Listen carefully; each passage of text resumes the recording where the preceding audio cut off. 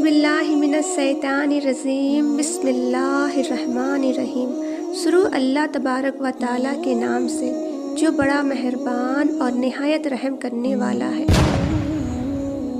اللہ تبارک و تعالیٰ قرآن پاک میں ارشاد فرماتا ہے، کلو نفسی ذائقۃ الموت، کہ ہر جاندار کو موت کا مزہ چکھنا ہے۔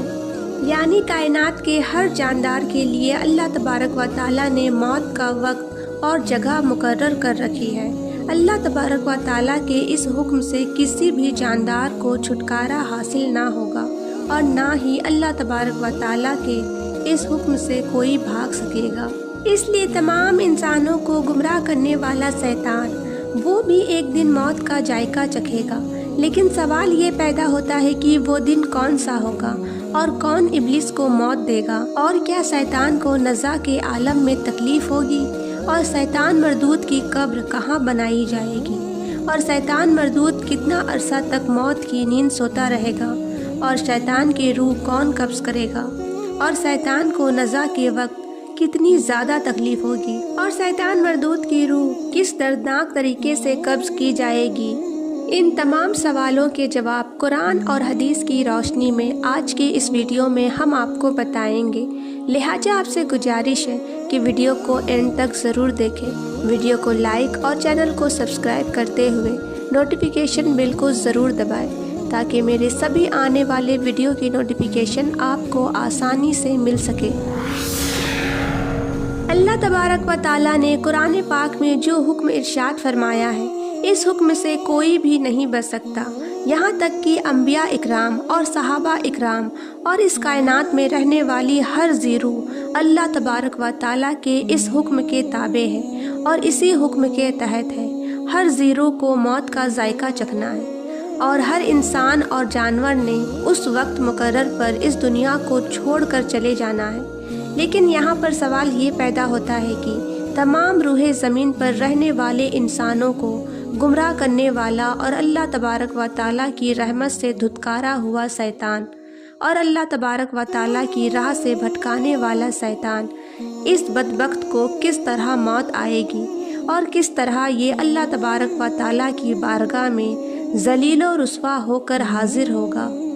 روایت میں آتا ہے کہ جب اللہ تبارک و تعالیٰ نے حضرت آدم علیہ السلام کو تخلیق فرمایا اور فرشتوں میں یہ اعلان کر دیا کہ میں زمین کے اندر اپنا خلیفہ بنانے والا ہوں، اور اللہ تبارک و تعالیٰ نے حضرت آدم علیہ السلام کی تخلیق کے بعد فرشتوں کو حکم دیا کہ وہ حضرت آدم علیہ السلام کو سجدہ کرے۔ اس حکم کے اندر شیطان بھی شامل تھا، لیکن تمام فرشتوں نے اللہ تبارک و تعالیٰ کے حکم کے مطابق حضرت آدم علیہ السلام کو سجدہ کیا، لیکن شیطان مردود نے حضرت آدم علیہ السلام کو سجدہ کرنے سے انکار کر دیا۔ تو شیطان مردود کی اس نافرمانی کی وجہ سے اللہ تبارک و تعالیٰ نے شیطان مردود کو جنت سے نکال دیا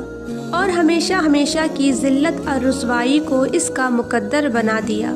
تو اس وقت شیطان مردود نے اللہ تبارک و تعالیٰ کی بارگاہ سے قیامت تک کی مہلت مانگی، لیکن اللہ تبارک و تعالیٰ نے شیطان مردود کو جو اس نے عبادت و ریاضات کی تھی اس کے بدلے میں ایک وقت مقرر تک مہلت عطا فرما دی،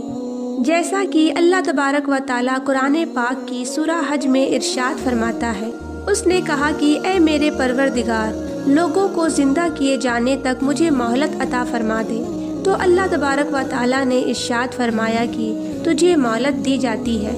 وقت معلوم تک کے لیے۔ اب یہاں سوال یہ پیدا ہوتا ہے کہ وہ وقت معلوم کون سا ہوگا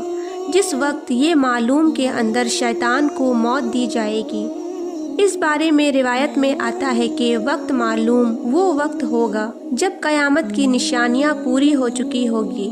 تو اس وقت مومنین کی بغلوں کے نیچے سے ایک پیاری اور خوشبودار ہوا گزرے گی، جس کی وجہ سے روح زمین پر رہنے والے تمام مومنین اور ایمان والے وفات پا جائیں گے، اور کافر اور مشرک روح زمین پر باقی رہ جائیں گے۔ مومنین کے وفات کے بعد 40 سال کا عرصہ یوں ہی گزر جائے گا۔ اس عرصے کے دوران کوئی بھی بچہ پیدا نہ ہوگا، یعنی اس وقت باقی رہنے والے انسانوں کی عمر کم سے کم 40 سال کی ہوگی۔ اس وقت مسلمان چکے مر چکے ہوں گے، اس لیے اس روح زمین پر کوئی بھی مسلمان باقی نہ ہوگا۔ اس روح زمین پر صرف کافر اور مشرک لوگ ہی باقی ہوں گے۔ روایت میں آتا ہے کہ جب مومنین کی وفات کو 40 سال گزر چکے ہوں گے تو اس وقت اللہ تبارک و تعالی حضرت اسرافیل علیہ السلام کو سور پھونکنے کا حکم دے گا، تو حضرت اسرافیل علیہ السلام اللہ تبارک و تعالی کے حکم کے مطابق پہلا سور پھونکیں گے، جسے نسخائے گلابی کہتے ہیں۔ شروع میں اس سور کی آواز نہایتی کم ہوگی اور لوگ اس آواز کو کان لگا کر سنیں گے، اور پھر یہ آواز اللہ تبارک و تعالیٰ کے حکم کے مطابق آہستہ آہستہ بڑھتی چلی جائے گی، یہاں تک کہ اس آواز کی ہولناکی کی وجہ سے لوگوں کے کانوں کے پردے پھٹنے شروع ہو جائیں گے۔ اس آواز کی ہولناکی کی وجہ سے ان لوگوں کے ناخنوں سے پیپ بہنا شروع ہو جائے گی اور لوگ مرنا شروع ہو جائیں گے۔ اس وقت انسان، جنات اور فرشتے، یہاں تک کہ سب مر جائیں گے۔ یہ وہ وقت ہوگا جب پوری دنیا کو گمراہ کرنے والا اور لوگوں کو اللہ تبارک و تعالیٰ کی راہ سے دور کرنے والا شیطان مردود خود بھی موت کا ذائقہ چکھے گا، اور اس وقت اس شیطان مردود کو موت آ جائے گی۔ اس طرح جب اس کائنات کے تمام لوگ مر جائیں گے تو اس کے 40 سال بعد حضرت اسرافیل علیہ السلام دوبارہ سور پھونکیں گے۔ اس سور کے بعد اللہ تبارک و تعالیٰ کے حکم سے تمام مردے زندہ ہو جائیں گے اور قیامت قائم ہو جائے گی اور میزان لگایا جائے گا۔ یعنی جب پہلا سور پھونکا جائے گا تو اس وقت ابلیس کو موت آ جائے گی، اور جب دوسرا سور پھونکا جائے گا تو پہلے اور دوسرے سور کے درمیان 40 سال کا عرصہ ہے، اور اس 40 سال کے عرصے کے دوران شیطان موت کی نیند سوتا رہے گا، اور 40 سال کے بعد اس کو دوبارہ اٹھایا جائے گا۔ اب بات کرتے ہیں کہ موت کے وقت شیطان کی روح کون قبض کرے گا،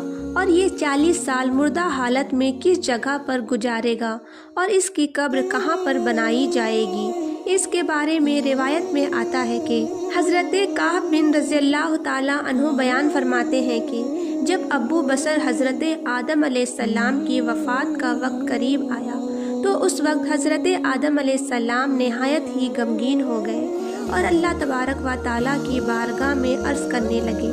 یا رب العالمین، میری موت کی وجہ سے میرے عزیز دشمن یعنی شیطان مردود کو بہت خوشی ہوگی، اور وہ میری موت کی وجہ سے بہت خوش ہوگا،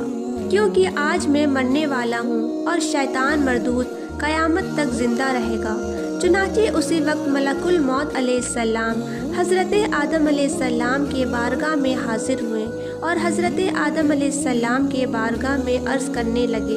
اے حضرت آدم علیہ السلام، آپ غمگین نہ ہو، آپ کے وفات کے بعد آپ جنت میں تشریف لے جائیں گے،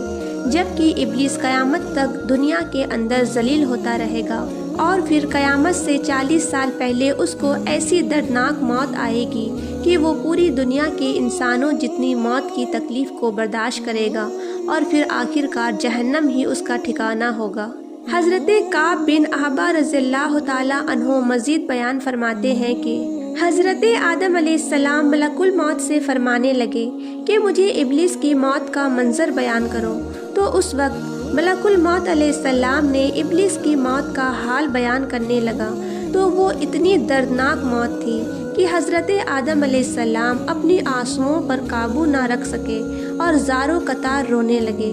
اتنا بیان کرنے کے بعد حضرت کعب بن احبار رضی اللہ تعالیٰ عنہ خاموش ہو گئے، تو لوگوں نے اس وقت اصرار کیا کہ ہمیں بھی ابلیس کی موت کے حال بیان کیجیے، تو اس وقت لوگوں کی بیجا فرمائش پر حضرت کعب بن احبار رضی اللہ تعالیٰ عنہ نے